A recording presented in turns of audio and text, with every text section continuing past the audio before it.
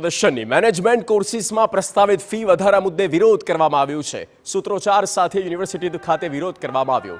Fee વધારો અમલી થાય તે પહેલા એબીવીપી દ્વારા વિરોધ કરવામાં આવ્યો છે। પ્રસ્તાવિત ફી વધારા મુદ્દે વિરોધ કરવામાં આવ્યો છે। બીસીએ અને બીબીએ એટલે કે પ્રોફેશનલ કોર્સિસની અંદર જે સામાન્ય ઘરના વિદ્યાર્થીઓ ના ભણી શકે એવી એક ફી વધારો કરવામાં આવ્યો હતો।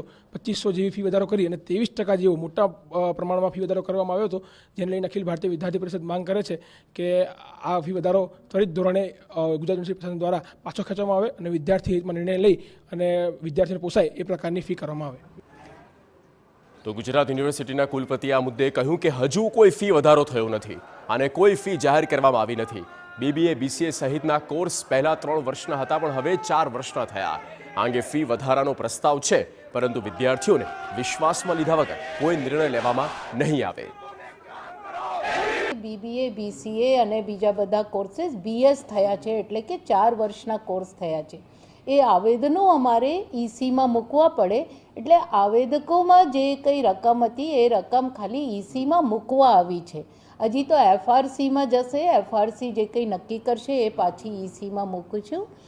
ફી વધારો અત્યારે કોઈ થયો નથી, કોઈ અમે એવી જાહેરાતે નથી કરી, કોઈ મોનેટાઇઝે નથી કર્યો।